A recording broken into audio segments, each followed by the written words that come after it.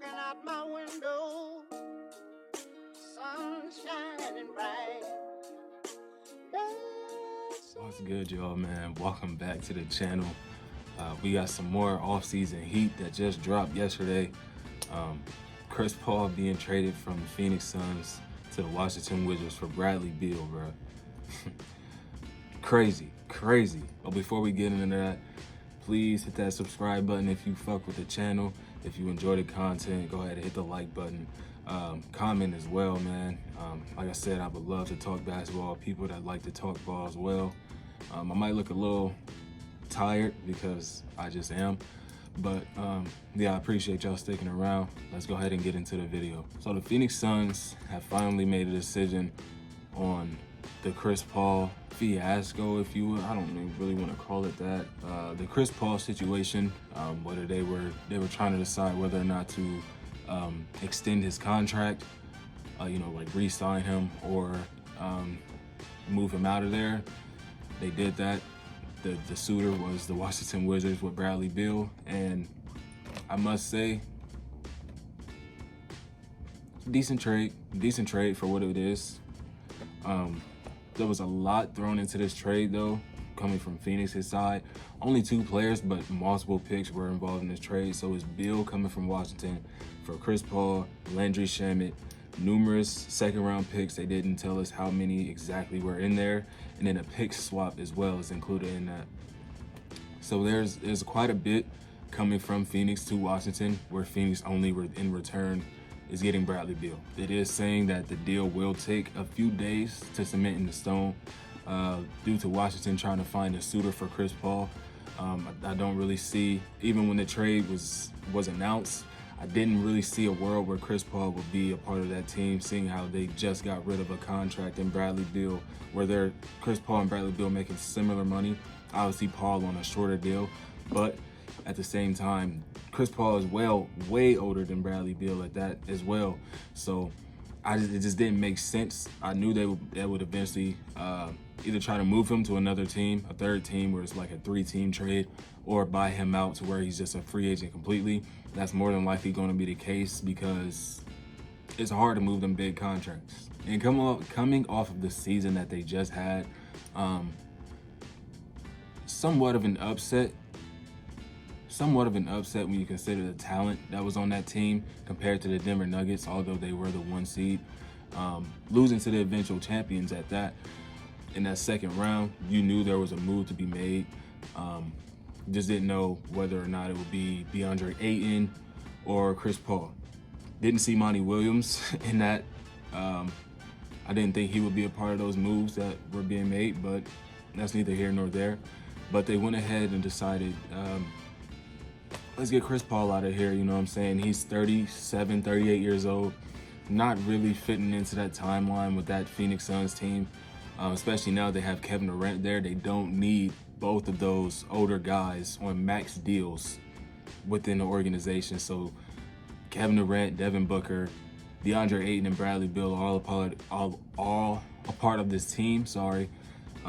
In most people's minds, they assume Phoenix would choose Ayton to move on from, as he showed some disinterest, if you would, playing in that second round against Jokic. He wasn't really there mentally. He wasn't engaged a lot when it came to being on the bench in huddles and that nature. And in some games, he just wasn't able to be played in the fourth quarter. So it would make sense if they would move on from Ayton. Even now, an Ayton trade could still be on the table. We just don't know. There's still hella time in between now and the beginning of the season. Shit, even trade deadline, if things aren't going well, DeAndre Ayton could still be moved. But at the present moment, it was Chris Paul for Bradley Beal, and that's not a bad trade. It's not a bad trade. Before the Durant trade, though, Chris Paul did have the Phoenix Suns in the NBA Finals. I do want y'all to remember that. 2021 NBA Finals was the Phoenix Suns versus the Milwaukee Bucks. Obviously, they fell short in 6 games, but Chris Paul had them boys hooping. Every organization he's a part of, he turns them into playoff contending teams. So Chris Paul is not washed by any means. Is he old? Yes. You can see it out there in his play. He's not the same kind of run the floor and go, fast break like he was in LA or even in New Orleans back in the day. But Chris Paul is still a great basketball mind. His IQ is top tier. His passes are literally top 5 in the league at this very moment. So no way and no how is Chris Paul washed. Whatever team that he ends up on in free agency, they will be in playoff contention, mark my word. And with saying all that, I'm pretty sure Phoenix, they are grateful for what he brought to the team for those couple years that he was there. But they're in win now mode, as you can see, based off the predicament of losing in the 6 games against the eventual champions, of course, Denver Nuggets. But they're in win now mode with three top 20 points per game scorers in the league right now.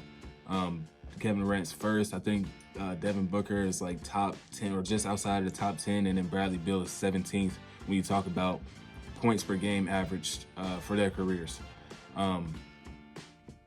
As we know, Bradley Beal had 2 back-to-back seasons where he averaged 30-plus points per game, winning scoring titles for those.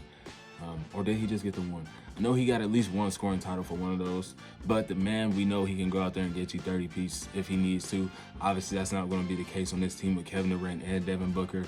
And, Ayton also is going to want his buckets as well, but he's a 20-plus point per game scorer throughout his whole career. So,